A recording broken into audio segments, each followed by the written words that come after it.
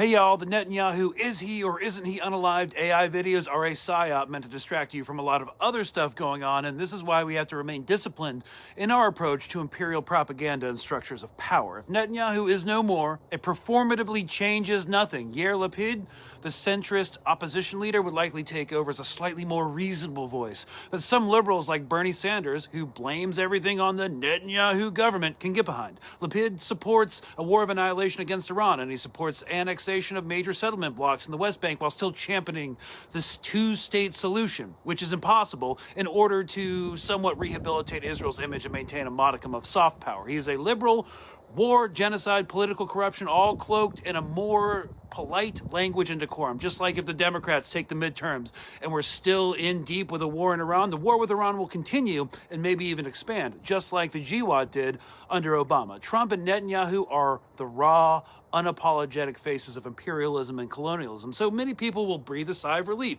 and go back to sleep when they are gone, and more reasonable politicians replace them and reinstitute a veneer of normalcy, even though endless war, occupation, and regime change are normal for U.S. foreign policy. So while we're getting psyoped by the Netanyahu videos, which I totally understand and have been watching, we are not talking about the overall architecture of violence and repression that upholds the status quo of power. It flips from insanity to decorum, cycle after cycle, but nothing really changes. And if he's gone, so what? What will it change? People want you to focus on a singular man who history will regard as a tarnished aberration instead of the overriding system. And you know what system we're talking about? Would love y'all's thoughts in the comments. Cheers.